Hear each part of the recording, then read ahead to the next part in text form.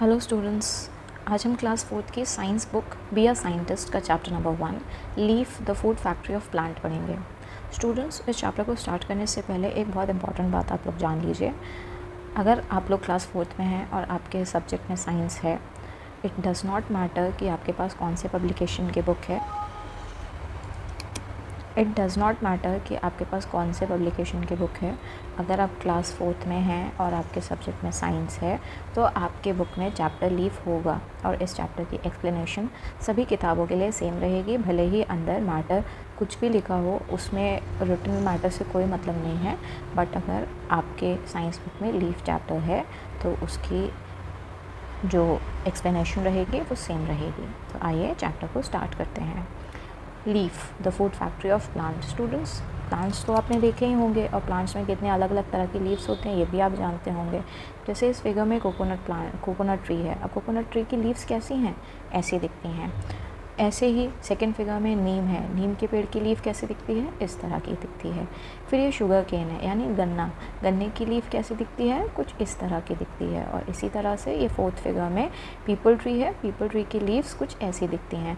तो आपने इस फ़ोटो में एक चीज़ बहुत ध्यान से गौर से देखी होगी कि अलग अलग प्लांट्स में अलग अलग तरह की लीव्स का शेप होता है, साइज़ होता है। जैसे नीम में छोटी लीव्स हैं, पाम में बहुत एक ही लीफ बहुत बड़ी बड़ी है, पीपल ट्री में इस तरह की ब्रॉड लीव्स हैं, कोकोनट ट्री में शुगर केन ट्री में जो लीफ है वो इस तरह से लॉन्ग है, एलोंगेटेड लीफ है। तो हम कोई भी पेड़ देखते हैं, हम हमेशा ये देखते हैं कि पेड़ जो है वो ग्रीन कलर का है ना, उसमें ग्रीन कलर की लीव्स हैं।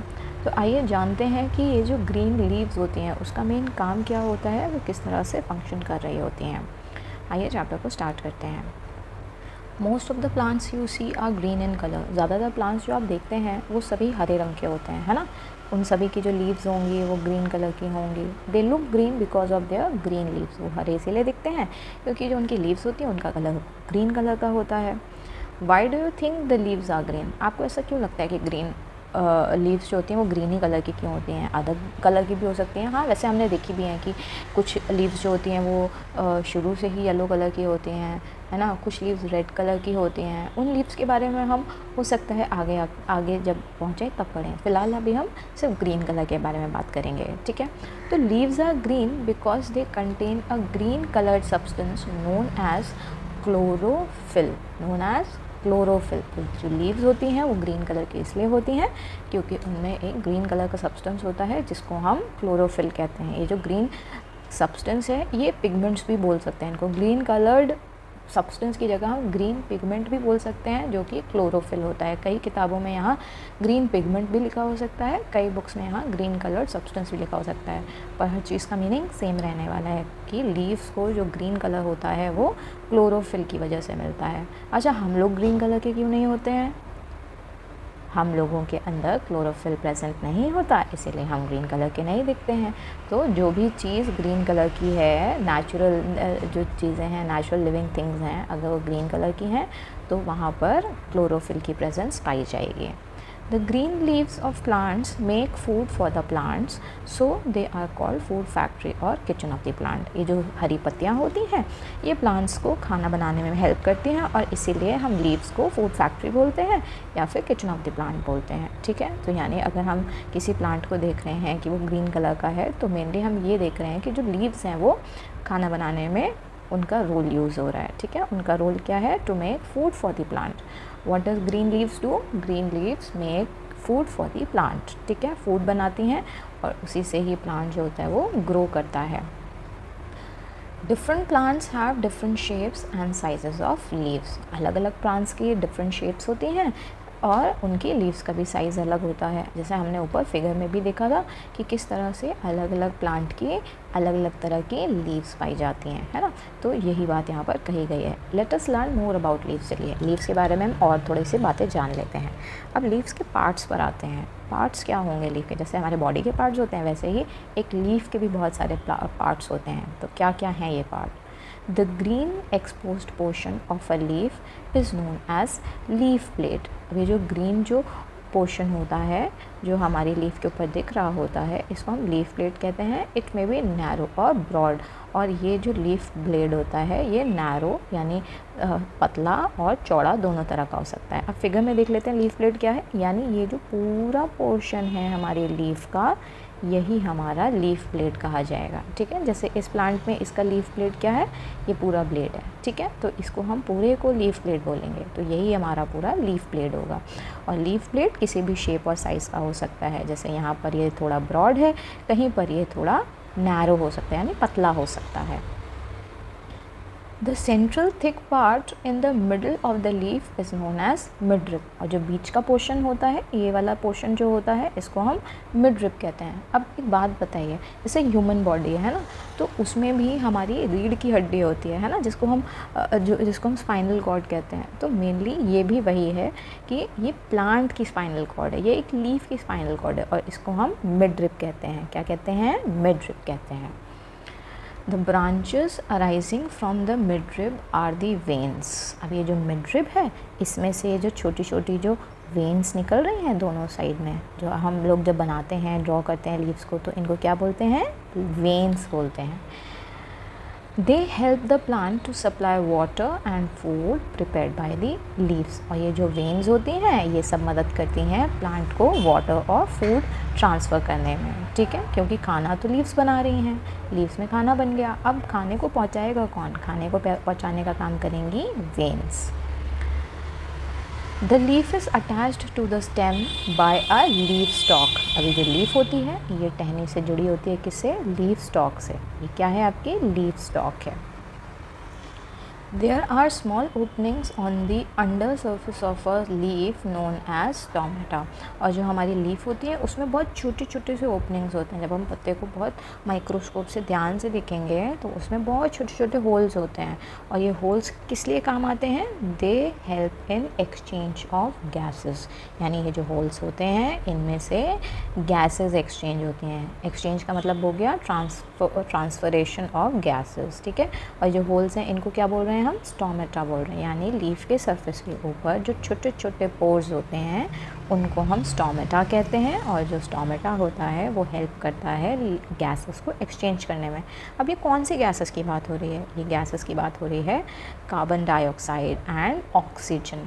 कौन सी दो गैसेस की बात हो रही है? Carbon dioxide and oxygen. ठीक है, एक जनरल बात जानिए कि जो लीफ होती है वो हमेशा ऑक्सीजन रिलीज़ करती है और कार्बन डाइऑक्साइड को इनहेल करती है। जैसे हम लोग, ह्यूमन बॉडी है वो क्या रिलीज़ करती है? ह्यूमन बॉडी रिलीज़ करती है कार्बन डाइऑक्साइड, जो कि प्लांट एब्जॉर्ब कर लेता है, और प्लांट क्या छोड़ता है? जो प्लांट होता है वो छोड़ता है ऑक्सीजन, जो कि हम इनहेल कर देते हैं। तो यानी कि ये जो प्रोसेस है ये दोनों ही तरह काम करता है। इंसान जो होते हैं वो ऑक्सीजन ले रहे होते हैं, और जो प्लांट्स होते हैं वो कार्बन डाइऑक्साइड ले रहे होते हैं। कार्बन डाइऑक्साइड कहाँ से आ रही है? जो ह्यूमन बींग्स ने एक्सेल करी, यानी अपनी बॉडी से बाहर निकाली, वही हमारी कार्बन डाइऑक्साइड हो गई, और ये कार्बन डाइऑक्साइड जो प्लांट्स होते हैं वो एब्जॉर्ब कर लेते हैं। फूड प्रिपरेशन इन प्लांट, यानी खाना बनाने का प्रोसीजर क्या है प्लांट्स के अंदर? Plants make food by the process of photosynthesis. Plants खाना बनाते हैं किस प्रोसेस से? फोटोसिंथेसिस से। स्टूडेंट्स, आपने फोटोसिंथेसिस के बारे में क्लास 3 की ईवीएस में भी पढ़ा होगा। अभी फोटोसिंथेसिस में हमने तब जाना था कि जो प्लांट होता है वो फोटोसिंथेसिस उस प्रोसेस है खाना बनाने के लिए, और फोटोसिंथेसिस के लिए कुछ इंपॉर्टेंट चीज़ें चाहिए होती हैं, जैसे कि पानी, कार्बन डाइऑक्साइड, एयर, और इसके अलावा सॉइल, है ना, ये सारी, और सनलाइट। ये 4-5 चीज़ें प्लांट को चाहिए होती हैं जिससे प्लांट जो है वो खाना बना पाता है। तो आइए आगे जानते हैं और क्या है इस चैप्टर में। Photo means light and synthesis means putting together. Photo का मतलब होता है लाइट यानी रोशनी। अब ये कौन सी लाइट है? ये है सनलाइट। सिंथेसिस का मतलब हो गया पुटिंग टुगेदर, यानी कोई भी चीज़ को एक साथ इकट्ठा करना। तो जो फोटोसिंथेसिस है वो क्या कर रहा है? सनलाइट को लीफ में इकट्ठा कर रहा है। Photosynthesis is a process by which green leaves prepare their own food by using water and carbon dioxide in the presence of sunlight and chlorophyll. यानी फोटोसिंथेसिस एक प्रोसेस है जिसमें जो ग्रीन प्लांट्स होते हैं, जो प्लांट्स की लीव्स होती हैं, वो खाना बनाती हैं किसकी मदद से? वाटर और कार्बन डाइऑक्साइड की मदद से। ठीक है, किसकी प्रेजेंस में? सनलाइट और क्लोरोफिल की प्रेजेंस की वजह से ही वो खाना बना पाते हैं। अगर कोई प्लांट को हम सनलाइट में ना रखें, धूप में ना रखें, उसको हम छाया में रख दें, ठीक है, छाया या फिर अपने घर के अंदर रख दें, तो कुछ दिनों में हम देखेंगे कि वो जो प्लांट है उसकी लीव्स येलो पड़ने लगते हैं और धीरे धीरे जो प्लांट है वो मुरझा जाता है। ऐसा क्यों होता है? ऐसा इसलिए होता है क्योंकि प्लांट को खाना बनाने के लिए सनलाइट की बहुत ज़्यादा ज़रूरत होती है, और अगर प्लांट को सनलाइट ही नहीं मिलेगी तो वो फूड नहीं बना पाएगा। पर ऐसा भी नहीं है कि ठंड में तो बहुत काफ़ी बार होता है कि धूप नहीं निकल रही होती है पर फिर भी जो प्लांट होता है वो फूड बना लेता है। वो सिर्फ सनलाइट नहीं होती, सनलाइट यानी लाइट है। तो कभी कभार जब सन नहीं भी दिख रहा होता, बादल होते हैं, तो भी रोशनी तो होती ही है। उस रोशनी की मदद से भी जो प्लांट होता है वो खाना बना लेता है। To make food the leaves need the following. खाना बनाने के लिए लीव्स को क्या क्या चाहिए? जैसे घर में मम्मी को खाना बनाने के लिए बहुत सारी चीज़ों की ज़रूरत पड़ती है ना, मिर्च मसाले, सब्जियां, पानी, है ना, बर्तन, इन सब चीज़ों, और गैस, है ना। तो इसी तरह से जो प्लांट्स होते हैं उनको भी खाना बनाने के लिए बहुत सारी चीज़ों की ज़रूरत पड़ती है। अब वो चीज़ें क्या हैं? क्लोरोफिल, जो कि एक पिगमेंट है, ठीक है। हमने ऊपर भी पढ़ा था जब मैं आपको बता रही थी कि ग्रीन सब्सटेंस को हम पिगमेंट भी बोलते हैं। तो ये क्लोरोफिल जो है पिगमेंट है। पिगमेंट माने धब्बे, ठीक है, बहुत छोटे छोटे धब्बे होते हैं। जब हम लीफ को माइक्रोस्कोप में जूम करके देखते हैं तो ये ग्रीन पिगमेंट्स बहुत आसानी से दिख जाते हैं, पर अगर आप नॉर्मली देखोगे तो आपको ये जो ग्रीन पिगमेंट्स हैं नहीं दिखते हैं। तो ये जो क्लोरोफिल होता है ये ग्रीन कलर के पिगमेंट्स होते हैं, ठीक है, जिसकी वजह से जो लीफ होती है वो ग्रीन कलर की होती है। तो खाना बनाने के लिए क्या चाहिए? सबसे पहला क्लोरोफिल होना ज़रूरी है लीफ के अंदर। क्लोरोफिल के बाद क्या? Water and minerals from the soil, यानी जो मिट्टी है उसमें पानी होना चाहिए और मिनरल्स प्रेजेंट होना चाहिए। अभी मिनरल्स क्या होते हैं? मिनरल्स हो गए जो हम खाद डालते हैं, है ना। हम जब जो फार्मर्स होते हैं जब वो खेती करते हैं तो अपने खेतों में खाद डालते हैं, जिसकी वजह से जो प्लांट की ग्रोथ होती है वो भी अच्छी हो जाती है। तो हमें सॉइल में क्या चाहिए? मेनली पानी भी डालना है और साथ में मिनरल्स भी प्रेजेंट होने चाहिए सॉइल के अंदर। Carbon dioxide gas from the air through stomata. अब ये CO2, कार्बन डाइऑक्साइड यानी कि CO2, कार्बन डाइऑक्साइड गैस, ठीक है। ये गैस जो है चाहिए किस लिए? जो कि एयर को transport, air from the air through stomata. Air में CO2 प्रेजेंट होती है। जो हम एयर हम ब्रीद कर रहे होते हैं, इस एयर में ऑक्सीजन भी है, कार्बन डाइऑक्साइड भी है, नाइट्रोजन भी है। तो ये जो कार्बन डाइऑक्साइड होता है यही हमारा इनहेल कर रही होता है स्टोमेटा अपने पोर्स के थ्रू। ये जो लीफ है इसमें जो छोटे छोटे पोर्स हैं इनको स्टोमेटा बोल रहे हैं, और यहीं इन्हीं पोर्स के अंदर आती है carbon dioxide gas. Sunlight falling on the leaves is absorbed bye chlorophyll. और जो सनलाइट होती है ये कौन एब्जॉर्ब कर लेता है? क्लोरोफिल, यानी लीफ में जो भी क्लोरोफिल ग्रीन कलर का पिगमेंट होता है वो एब्जॉर्ब कर लेता है, जिसकी मदद से खाना बन जाता है। अब इस डायग्राम को समझ लेते हैं क्या है ये फोटोसिंथेसिस की प्रोसेस का डायग्राम है। हो क्या रहा है? यहाँ पर हमारे पास सॉइल बेड है। क्या है? सॉइल बेड है। Water is absorb by roots. जो जब भी हम पानी डालते हैं तो जो रूट्स होती हैं प्लांट की वो सब पानी को एब्जॉर्ब कर लेती हैं और सभी पार्ट्स तक पानी को पहुंचाती है स्टेम, ठीक है। Carbon dioxide is taken in from air. जो कार्बन डाइऑक्साइड एयर में मौजूद है वो हमारा जो स्टोमेटा है, जो लीफ में जो छोटे छोटे पोर्स हैं उनमें जाके एब्जॉर्ब हो जाती है। Oxygen is given out to the air. जो ऑक्सीजन होती है यही स्टोमेटा से बाहर एयर में चली जाती है। फिर chlorophyll present in leaves absorb sunlight. ये जो क्लोरोफिल होता है ये सनलाइट को एब्जॉर्ब कर लेता है, ठीक है। तो इस तरह से जो प्लांट होता है वो अपना खाना बना रहा होता है। तो प्लांट खाना किस तरह से बना रहा है? सबसे पहले पानी, मिनरल्स को रूट एब्जॉर्ब करती हैं, फिर सभी पार्ट्स तक लेके जाती हैं। इसके अलावा स्टोमेटा से हमारा कार्बन डाइऑक्साइड का एक्सचेंज होता है और ऑक्सीजन जो है निकल जाता है। और जो सनलाइट होती है वो उसकी जो किरणें होती हैं वो लीफ में एब्जॉर्ब हो जाती हैं और जो ग्रीन पिगमेंट्स होते हैं वो खाना बनाने में मदद करते हैं। और फिर जो वेन्स होते हैं ये प्लांट्स के सभी पार्ट्स में जो फूड होता है उसको पचाने का काम करती हैं। तो ये है हमारा मेनली फोटोसिंथेसिस प्रोसेस। अब नीचे एक ये दी हुई है केमिकल रिएक्शन, इसको बोलते हैं, ये जो इस तरह से लिखा होता है इसको हम बोलते हैं केमिकल रिएक्शन। यानी कि कार्बन डाइऑक्साइड और पानी जब मिलता है किसकी प्रेजेंस में? सनलाइट और क्लोरोफिल की प्रेजेंस में, तो ग्लूकोज और ऑक्सीजन रिलीज़ होती है, ठीक है। क्या रिलीज़ होती है? ग्लूकोज और ऑक्सीजन। स्टूडेंट्स आपको ये रिएक्शन बाय हार्ट याद करनी होगी, ठीक है। जब हम कार्बन डाइऑक्साइड और वाटर को सनलाइट और क्लोरोफिल के प्रेजेंस में मिक्स करवाते हैं तो प्लांट्स में क्या रिलीज़ होता है, ग्लूकोज और ऑक्सीजन। ग्लूकोज क्या है, ग्लूकोज होता है एनर्जी, ठीक है, जो हमें एनर्जी प्रोवाइड करता है, इसी को हम ग्लूकोज बोलते हैं। The oxygen given out by the plants is used by all the animals and plants to breathe. Students, यहाँ पर बुक में एनिमल्स और प्लांट्स ये जो लिखा हुआ है, यहाँ पर एनिमल्स और ह्यूमन बींग्स होगा, प्लांट्स नहीं होगा। प्लांट्स कभी भी ऑक्सीजन को ब्रीद इन नहीं करते हैं। The oxygen given out by plants is used by all the animals and humans to breathe, ठीक है। तो यहाँ पर ये प्लांट्स गलत लिखा है, यहाँ पर ह्यूमन आएगा। तो जो भी ऑक्सीजन प्लांट रिलीज़ करता है वो सभी ऑक्सीजन जो होती है इंसान और जानवर ब्रीद इन करते हैं, यानी सांस लेने में काम आती है। तो हम लोग क्या चीज़ ब्रीद इन करते हैं, हम लोग ब्रीद इन करते हैं ऑक्सीजन, और क्या ब्रीद आउट करते हैं, कार्बन डाइऑक्साइड। आइए ये एक एक्टिविटी है, इसको जानते हैं। टू शो दैट कार्बोहाइड्रेट और starch is formed as a result of photosynthesis. अब ये कार्बोहाइड्रेट और स्टार्च क्या होता है, कार्बोहाइड्रेट या फिर स्टार्च जो होता है ये एक फॉर्म ऑफ एनर्जी होती है, ठीक है, जिसको हम ग्लूकोज भी बोल सकते हैं, ठीक है। तो ये कार्बोहाइड्रेट्स कैसे रिलीज़ हो रहे हैं, यानी फॉर्म ऑफ एनर्जी रिलीज़ हो रही है, ये कैसे हो रही है। स्टेप 1 क्या है, take a green leaf of a healthy plant. एक हेल्दी प्लांट की ग्रीन लीफ ले लीजिए। Boil the leaf in water, पानी में लीफ को खूब उबालिए।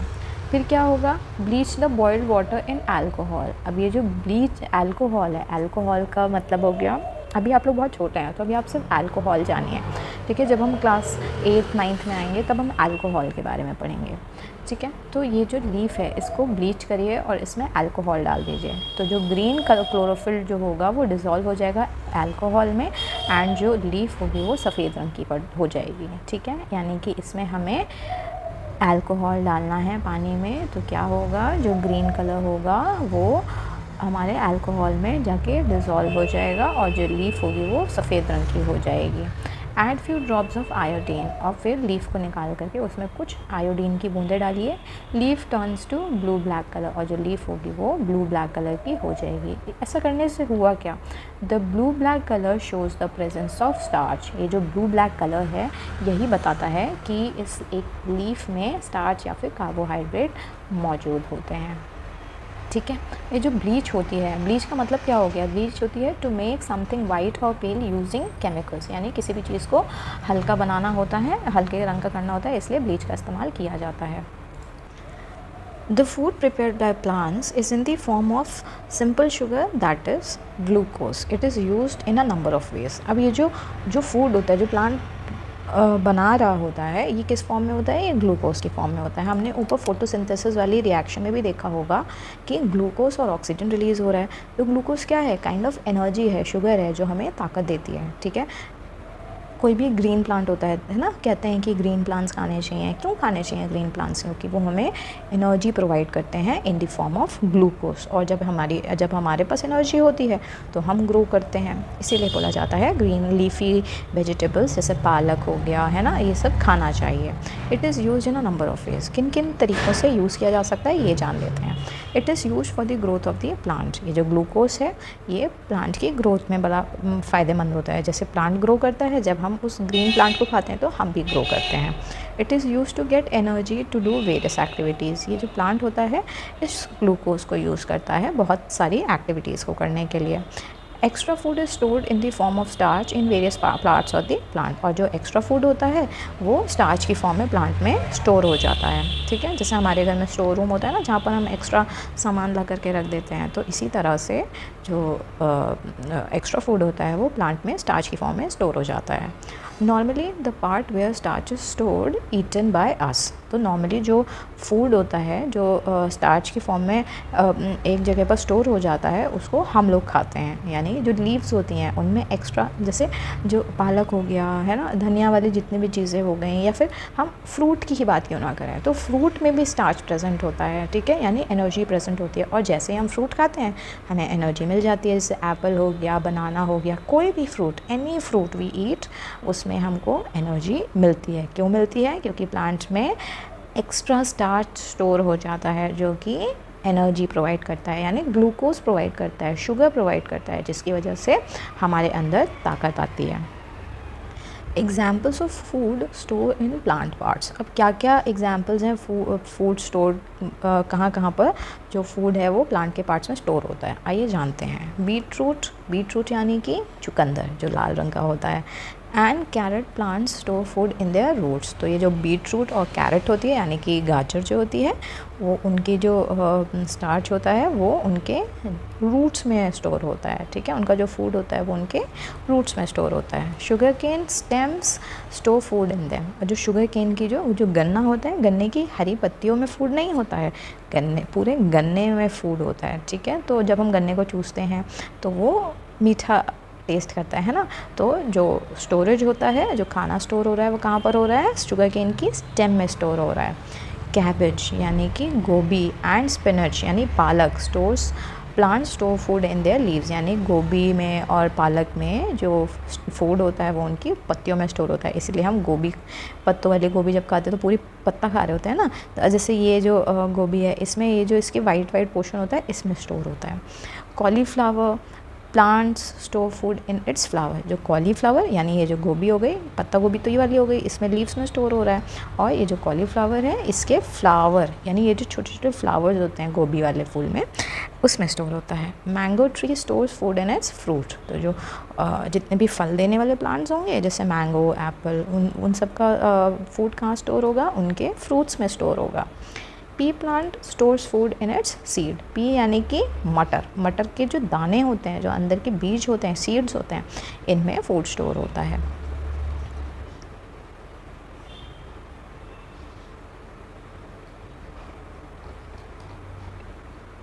Functions of a leaf. अब एक लीफ का फंक्शन क्या होता है, लीफ क्या क्या काम कर सकता है leaf. It prepares food for the plant. जो लीफ होता है वो प्लांट के लिए खाना बनाती है सबसे पहले तो।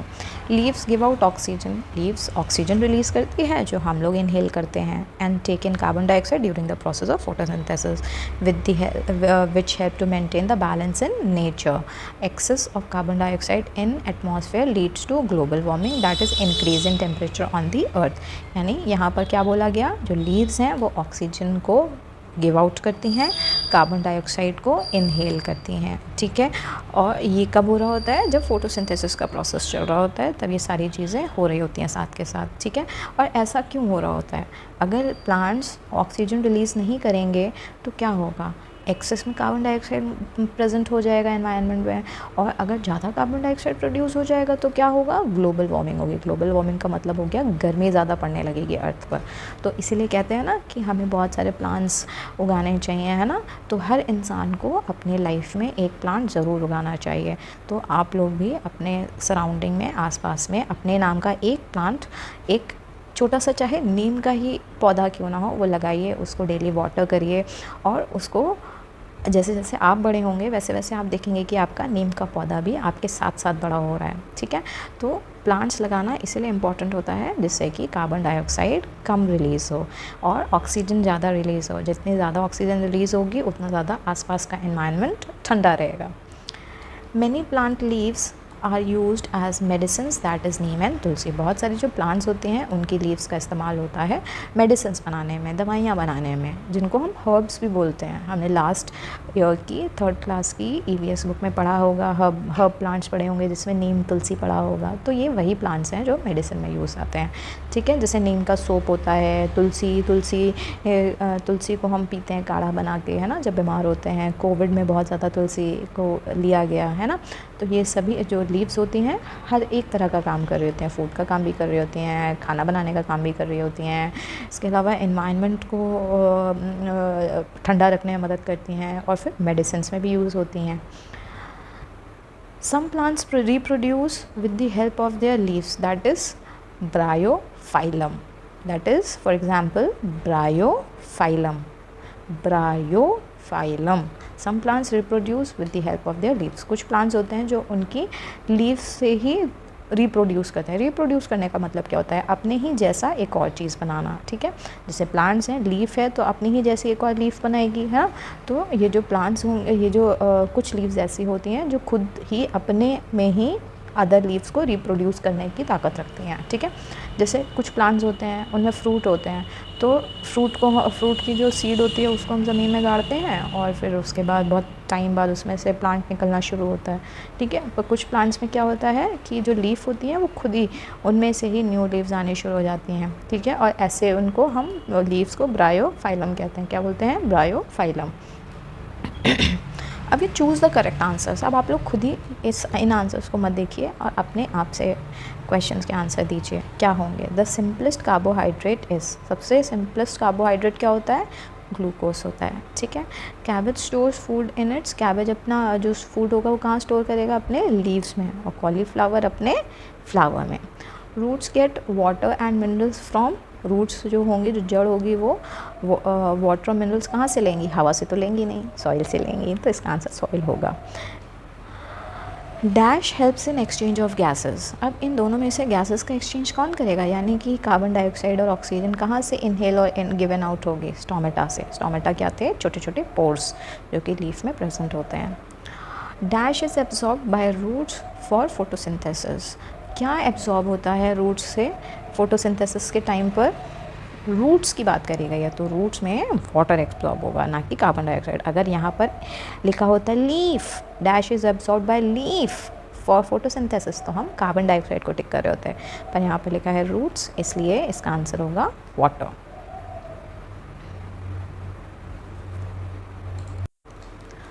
Non green plants. स्टूडेंट्स, अभी तक हमने ग्रीन प्लांट्स के बारे में तो बहुत कुछ जाना कि किस तरह से ग्रीन प्लांट्स ग्रीन कलर के होते हैं क्योंकि उनमें क्लोरोफिल होता है, ठीक है। किस तरह से वो अपना खाना बना रहे होते हैं। पर कुछ प्लांट्स ऐसे होते हैं जो ग्रीन कलर के नहीं होते, ठीक है। वो ग्रीन कलर के क्यों नहीं होते? क्योंकि उनके अंदर क्लोरोफिल नहीं होता है ना। तो जब भी किसी प्लांट को ग्रीन कलर का देखोगे तो उनके अंदर क्या होगा? क्लोरोफिल होगा, ठीक है। और जिन प्लांट्स को ग्रीन कलर का नहीं देखोगे उनके अंदर क्लोरोफिल नहीं होगा। जैसे गाजर, गाजर लाल रंग की होती है ना, तो क्या उसमें क्लोरोफिल होगा? नहीं होगा। उसकी लीव्स में क्लोरोफिल होगा पर पूरे गाजर में क्लोरोफिल नहीं होगा। हम आम देखते हैं, आम का जब आम कच्चा होता है तो हरे रंग का दिख रहा होता है, तो उसके आउटर कवर में क्लोरोफिल होता है, ठीक है। फिर उसके बाद जैसे जैसे वो पकने लगता है पौधा तो उसमें क्लोरोफिल ख़त्म होने लगता है, ठीक है। उसका ग्रीन पिगमेंटेशन जो होता है वो ख़त्म होने लगता है। तो आइए अब नॉन ग्रीन प्लांट्स के बारे में पढ़ते हैं। Some plants do not have chlorophyll and therefore they can not prepare their food by the process of photosynthesis. कुछ प्लांट्स ऐसे होते हैं जिनके पास क्लोरोफिल नहीं होता, जिसकी वजह से वो अपना खाना फोटोसिंथेसिस के प्रोसेस से नहीं बना पाते।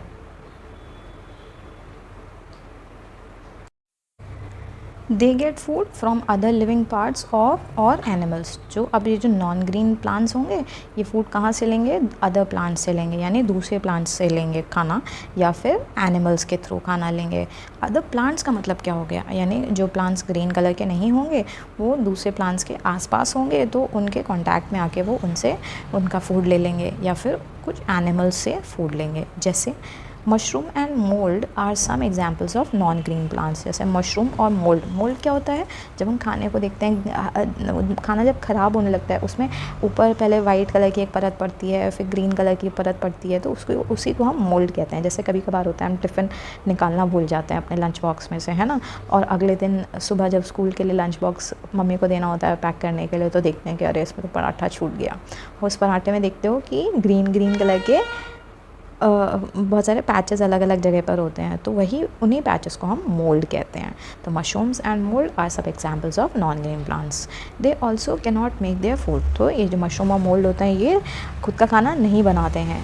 These plants get their food from dead and decaying matter. तो ये जो प्लांट्स होते हैं ये कहाँ से खाना खाते हैं? फ्रॉम डेड, मरे हुए या फिर जो सड़ रहा मटेरियल होता है वहाँ से खाना लेते हैं। जैसे मशरूम है, मिट्टी में होता है, तो मिट्टी में बहुत सारे छोटे छोटे ऑर्गेनिजम्स होते हैं जो हमें दिखते नहीं हैं और जिनकी लाइफ बहुत छोटी सी होती है। जब वो मिट्टी में मर जाते हैं तो उसी फूड को, उसी डेड एंड डिकेइंग मैटर को वो लोग एब्जॉर्ब कर लेते हैं। ऐसे ये जो मोल्ड है ये एक ब्रेड के ऊपर आ जाता है या फिर पराठे के ऊपर आ जाएगा, सब्जी के ऊपर आ जाएगा, और अपना फूड जिस भी चीज़ के ऊपर आएगा उसी को ही अपना फूड बना लेता है। Interdependence between plants and animals. अब किस तरह से प्लांट, पौधा और जानवर एक दूसरे के ऊपर निर्भर है? किस तरह से निर्भर है? All the animals including human beings are dependent on food prepared by the leaves of the plants directly और इनडायरेक्टली। अब जो भी एनिमल्स होते हैं, जानवर, जैसे कि इंसान हो गए, जानवर हो गए, वो सब डिपेंडेंट है किसके ऊपर? निर्भर करते हैं किसके ऊपर? फूड के ऊपर। ठीक है। और वो फूड कहाँ से आ रहा है, वो फूड आ रहा है लीव्स से, जो प्लांट्स बना रहे हैं, जो प्लांट्स हैं उनकी लीव्स से जो खाना आ रहा है उसी के ऊपर वो डिपेंडेंट है, चाहे वो डायरेक्टली हो चाहे वो इनडायरेक्टली हो। अब जैसे जो वेजिटेरियन इंसान है, वेजिटेरियन कौन होते हैं, जो मीट नहीं खाते हैं, जो प्लांट प्रोडक्ट खाते हैं, वो वेजिटेरियन होते हैं। जो नॉन वेजिटेरियन होते हैं वो लोग एनिमल प्रोडक्ट खा रहे होते हैं, है ना, फ़िश, फ्लैश, चिकन, एग सब कुछ खा रहे होते हैं। पर अगर हम डायरेक्टली की बात करेंगे तो हम सीधे सीधे प्लांट खा रहे हैं, और इनडायरेक्टली की बात करेंगे तो हम जानवर खा रहे हैं, ठीक है। तो जैसे चिकन हो गया या फिर गोट हो गई, हम वो खा रहे हैं, मटन हो गया खा रहे हैं। तो गोट क्या खा रही है, गोट तो इनडायरेक्टली लीफ ही खा रही है ना। तो गोट लीफ को खाया गोट ने, वो हमने खाया गोट को, तो ये हमारा इनडायरेक्ट होता है, ठीक है। तो इसी तरह से जो प्लांट्स होते हैं वो अपना फूड डायरेक्टली, जो एनिमल्स होते हैं वो अपना फूड प्लांट से लेते हैं डायरेक्टली या indirectly. Plants and animals depend on each other for food and shelter. जो प्लांट्स होते हैं और जो एनिमल्स होते हैं वो एक दूसरे के ऊपर डिपेंड करते हैं अपने खाने और शेल्टर के लिए। शेल्टर का मतलब हो गया घर, ठीक है, जहाँ पर हम रहते हैं, तो उसके ऊपर डिपेंड करता है। जैसे बर्ड्स हैं, वो कहाँ पर अपना घर बनाती हैं, वो घर बनाती हैं पेड़ों के ऊपर। और फूड कहाँ से लेती हैं, फूड प्लांट से लेती हैं, जैसे अनाज से ले लिया, जैसे किसी इंसान ने रोटी डाल दी तो वो खा ली उन्होंने। तो इस तरह से जो एनिमल्स हैं वो भी प्लांट्स के ऊपर डिपेंड करते हैं अपने फूड और शेल्टर के लिए। Plants provide food and energy to the animals. जो प्लांट होते हैं वो खाना प्रोवाइड करते हैं और साथ ही साथ एनर्जी भी प्रोवाइड करते हैं सभी एनिमल्स के लिए। एनिमल्स यानी कि इंसान भी हो गए और जानवर भी हो गए, दोनों के लिए ही प्लांट जो होता है वो फूड प्रोवाइड करता है और एनर्जी प्रोवाइड करता है। The sun provides energy to the plants for photosynthesis. अब ये जो प्लांट के पास जो एनर्जी है वो कहाँ से आ रही है, वो आ रही है सन के पास से, जो कि फोटोसिंथेसिस के टाइम पर एनर्जी प्रोड्यूस करता है। In this manner energy of the sun along with the food flows to the plants. और इसी तरह से, इसी प्रोसेस से क्या होता है, जो सन से आई हुई एनर्जी होती है वो फूड फ्लो में हेल्प करती है प्लांट्स के में। The food made by plants is eaten by animals and human beings. जो भी फूड प्लांट बना रहा है उसको जानवर और इंसान दोनों ही खा रहे हैं। Thus the energy is transferred directly और indirectly to the animals and human beings. और इसी तरह से जो एनर्जी है, जो फूड से एनर्जी आ रही है, वो डायरेक्टली और इनडायरेक्टली दोनों ही तरीके से एनिमल्स और ह्यूमन बींग्स में ट्रांसफ़र हो रही है। This is called flow of energy, और इसी को हम फ्लो ऑफ एनर्जी कहते हैं, which moves from the sun to the animal. और ये जो एनर्जी कहाँ से कहाँ तक फ्लो करती है, सन से आती है और एनिमल्स या फिर इंसानों तक आती है, ठीक है। फ्लो ऑफ एनर्जी, अब ये फ्लो ऑफ एनर्जी एक ये डायग्राम है, इसको देखो आप कैसे, इसको ध्यान से देखना। सबसे पहले क्या हुआ, जो सन है यहाँ से एनर्जी फ्लो करी, ठीक है, ग्रास हॉपर ने ये एनर्जी ली। फिर ग्रास हॉपर को किसने खाया, फ्रॉग ने खाया। फ्रॉग को एनर्जी मिली ग्रास हॉपर से, और ग्रास हॉपर को कहाँ से मिली थी, सन से मिली थी। फिर फ्रॉग को किसने खाया, स्नेक ने खाया, ठीक है। फिर क्या हुआ, जब स्नेक मर गया तो स्नेक जो है सॉइल में जाके डिकम्पोज हो गया, यानी कि वो अपने आप ही सड़ के गल के मर गया जब सांप, ठीक है, तो वो मिट्टी में मिक्स हो गया जा कर के। और जो स्नेक के पास जो एनर्जी थी, जब स्नेक मर गया तो उसके जो न्यूट्रिएंट्स थे वो सब सॉइल से प्लांट ने एब्जॉर्ब कर ली, ठीक है। और इस तरह से प्लांट में वापस एनर्जी आ गई। तो ये एक फ्लो ऑफ डायग्राम है जो कि एनर्जी के फ्लो को डिस्क्राइब कर रहा है। Plants give out oxygen during the process of photosynthesis that animals use to breathe in। जो plants हैं वो ऑक्सीजन इनहेल गिव आउट करते हैं, और ये जो ऑक्सीजन होती है वो इंसान और जानवर ब्रीद इन करते हैं। Animals breathe out carbon dioxide that plants use for photosynthesis. जो जानवर होते हैं या इंसान होते हैं वो कार्बन डाइऑक्साइड को रिलीज़ करते हैं, जो कि प्लांट एब्जॉर्ब करता है थ्रू स्टोमेटा फोटोसिंथेसिस के टाइम पर। Plants depend on animals for pollination and seed dispersal. Plants जो होते हैं एनिमल्स पर डिपेंड करते हैं पॉलिनेशन के लिए और सीड डिस्पर्सल के लिए। अब ये पॉलिनेशन और सीड डिस्पर्सल है क्या, पॉलिनेशन जानते हैं, the process of transfer of pollen from one flower to another. Pollen क्या होता है, पॉलिनेशन का मतलब होता है जब कोई, जैसे जंगल है, तो जंगल इंसान ने तो बनाया नहीं, अपने आप से बन गया जंगल। जंगल बना कैसे, जंगल में थे बहुत सारे जानवर, तो जानवर के शरीर में होते हैं फेदर, ठीक है। जैसे ये जानवर है, इसके शरीर में फेदर है, अब ये झाड़ी वाले इलाके से जा रहा है, तो किसी झाड़ी का कोई सीड जो है इसके फेदर में लग गया, और यहाँ से जब वो जानवर के फेदर में लग गया वो सीड टूट करके, फिर ये जो जानवर है कहीं और दूर गया और वहाँ जाके बैठ गया, और वो जो सीड होगा अगर वहाँ पे झड़ गया तो वो मिट्टी के अंदर चला जाएगा, जब बारिश होगी तो प्लांट निकल आएगा। तो इस तरीके, इसी को बोलते हैं हम सीड डिस्पोजल, यानी सीड्स का फैलना। ठीक है, अलग अलग जगह पर जा कर के सीड गिर जाती है प्लांट्स की, एनिमल्स की मदद से, एनिमल्स की मदद से, और इसी तरह से अलग अलग जगह पर प्लांट्स उग जाते हैं। और पॉलिनेशन क्या है, जब कोई बी है वो एक फूल पर आकर बैठती है, फिर वही बी दूसरे फूल के ऊपर जा कर के बैठ जाती है, तो इस तरह से भी जो सीड्स होती हैं वो एक फूल पौधे से दूसरे पौधे में ट्रांसफ़र हो जाती हैं, और इसी तरह से नया पौधा बन जाता है। तो प्लांट्स किस पर डिपेंड कर रहे हैं, एनिमल्स पर डिपेंड कर रहे हैं पॉलिनेशन और सीड डिस्पर्सल के लिए। However we can say that plants and animals are dependent on each other, और इसीलिए हेंस हम लोग ये कह सकते हैं कि दोनों ही, चाहे वो प्लांट्स हों चाहे वो एनिमल्स हों, दोनों ही डिपेंड कर रहे हैं एक दूसरे के ऊपर सारी एक्टिविटीज़ को करने के लिए। ठीक है, अब ये interdependence between plant and animal का एक ये फ्लो चार्ट है। ठीक है, इसको समझते हैं। हम ट्री से शुरू करते हैं। ट्री, जब हम सनलाइट पड़ती है तो फोटोसिंथेसिस होता है, यहाँ से क्या गिव आउट करता है, ऑक्सीजन गिव आउट होती है। तो ये ऑक्सीजन जो होती है ये इंसान या जानवर इनहेल कर लेता है रेस्पिरेशन के लिए, यानी सांस लेने के लिए। फिर उसके बाद क्या रिलीज़ करता है, कार्बन डाइऑक्साइड रिलीज़ करता है, और ये जो कार्बन डाइऑक्साइड होती है दोबारा से प्लांट यूज़ कर लेता है अपना फूड बनाने के लिए। तो ये जो साइकिल है आपको ये याद करनी पड़ेगी, कैसे एक प्लांट फोटोसिंथेसिस के प्रोसेस में ऑक्सीजन गिव आउट करता है, फिर एक एनिमल या ह्यूमन बीइंग्स रेस्पिरेशन के लिए यानी सांस लेने के लिए उस ऑक्सीजन को यूज़ करता है, और जब सांस छोड़ता है तो कार्बन डाइऑक्साइड रिलीज़ होती है, और ये जो कार्बन डाइऑक्साइड होती है नेचर में मिक्स हो जाती है, और वहाँ से जो लीफ के जो स्टोमेटा होते हैं उसको इनहेल कर लेते हैं और फूड बनाते हैं। ठीक है, आगे चलते हैं। Balance in nature. The balance between the plants and animals need to be maintained in nature। जो बैलेंस है प्लांट्स और एनिमल्स के बीच में, यानी नंबर ऑफ़ प्लांट्स और नंबर ऑफ़ एनिमल्स के बीच में जो बैलेंस है वो मेंटेन होना बहुत ज़रूरी है। If the number of plants suddenly increase, अगर अचानक से बहुत ज़्यादा प्लांट्स हो जाएंगे तो carbon dioxide breathed out by animals may not be enough for the plants. अगर नंबर ऑफ़ प्लांट्स बढ़ जाएंगे तो जो कार्बन डाइऑक्साइड एनिमल्स और ह्यूमन बींग्स ब्रीद आउट कर रहे हैं यानी एक्सेल कर रहे हैं, तो क्या होगा, वो कार्बन डाइऑक्साइड कम पड़ जाएगी उन प्लांट्स के लिए। सिमिलरली इसी तरह if there is sudden increase in the number of animals, plants may not be able to supply oxygen to all the animals. अब अगर इसी तरह से अचानक से एनिमल्स और ह्यूमन बींग्स बढ़ जाएंगे तो प्लांट्स के पास सप्लाई करने के लिए ऑक्सीजन की कमी हो जाएगी।